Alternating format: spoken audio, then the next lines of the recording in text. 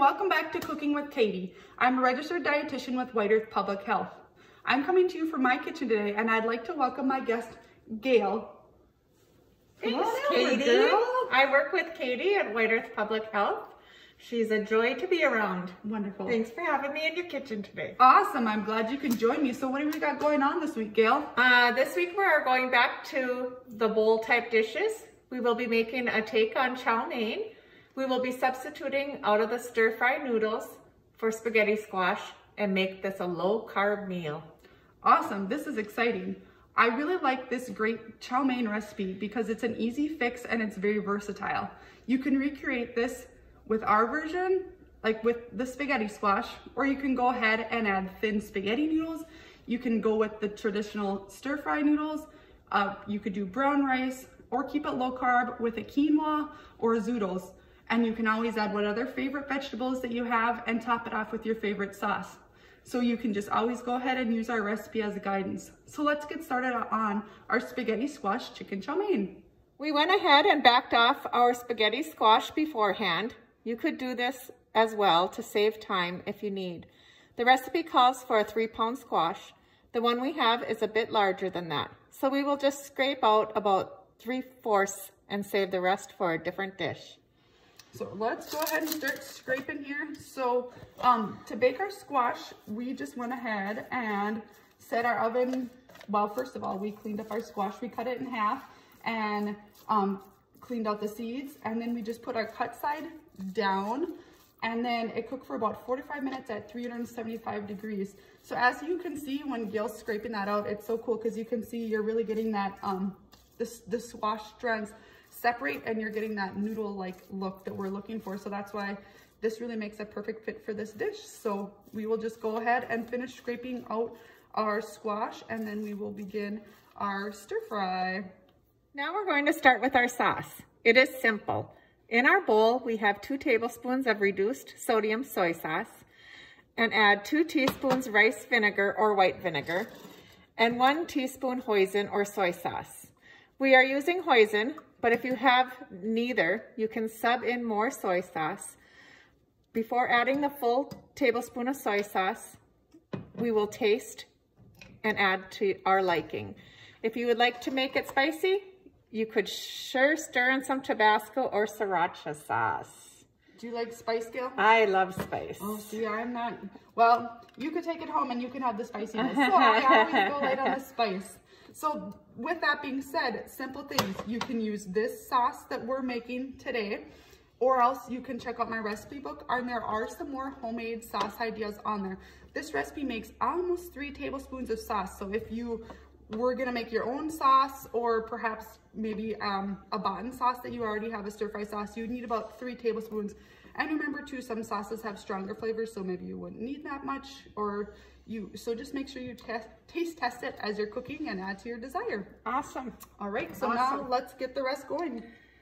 Now we'll start our stir fry. In our skillet, we have 1 tablespoon of olive oil that we have heated up. Now we're going to add 1 medium onion that we sliced up prior and 4 teaspoons of minced garlic. We left the onion in larger slices, but you can make them whatever size you desire. Now we will cover these and let them saute a couple minutes or until the onions start to soften. So now we're gonna add our chicken breast to our skillet. Now this part I added, the recipe itself is just kind of like a side dish, but I went ahead and added, this is about maybe a little less, about 1 pound of chicken. It was 2 large chicken breasts that I cut up. And you can certainly add a meat or leave the meat out. It's totally up to you. You could do a chicken, or you could do some ground beef or sausage or turkey or a tofu, or just leave it like, I kind of think of without the meat, it's kind of more like a side dish.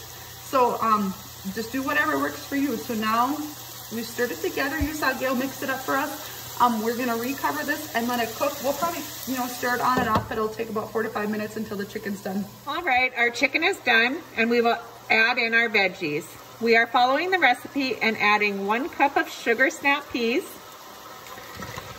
1 red bell pepper sliced up, and 1 large carrot julienne.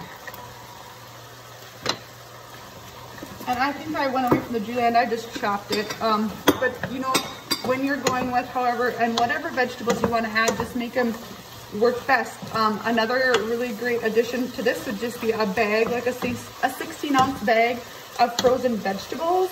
You could also use canned vegetables. Just make sure you rinse and strain them before you add them in. So at this point, we're gonna recover this back up again and let it stir for a couple minutes, just kind of until our vegetables start to become tender. Now we're ready to add our squash. Before we stir our squash, we will also add our sauce we made a little bit ago. Now we will just stir everything up and recover it and let it warm up.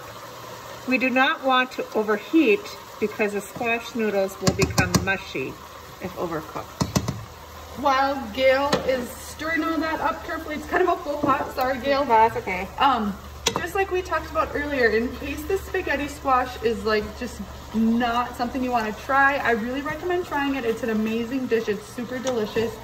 But remember, you could still go with some, make sure your noodles or whatever you're adding is cooked. You could do your thin spaghetti noodles, your stir-fry noodles, which are called yokosobo, which are whole wheat Chinese stir-fry noodles, or you can still go with like a brown rice or white rice, or if you want to stick to the low-carb choices as well, you could do the quinoa or zoodles. So just remember to do what works best for you. And also remember, when you are cooking with squash, like we are today, it's low in calories. It's a great source of fiber, vitamin C, and B6, and manganese, and also filled with those amazing antioxidants. So for our bodies, it promotes digestive health, helps with weight loss, aids in cancer prevention, and it may help us manage our blood sugars. And that's just a few to list. So with that, I'm pretty sure it's almost heated up, but we'll recover it and let it sit for just a couple minutes. All right, our spaghetti squash chicken chow mein is ready. It looks, tastes, well, hopefully tastes, I'm sure it will, but it smells delicious. Oh my gosh, I'm so excited. Like we said, this is a great recipe because you can take our idea of coming up with a chow mein, but add whatever protein, vegetables, sauce, and carb-like item to make it your own. So with that being said, as we dish up here, remember to check out our recipe booklet on whiteearth.com, which does provide some step-to-step guides on making your own stir-fry creation. Like Gail just said, using a protein, vegetables, a carb, and a sauce. And just to use what you have on hand. And it even gives you some categories to choose from. So with that, we want to thank you for watching, and we'll catch you next week. Thank you.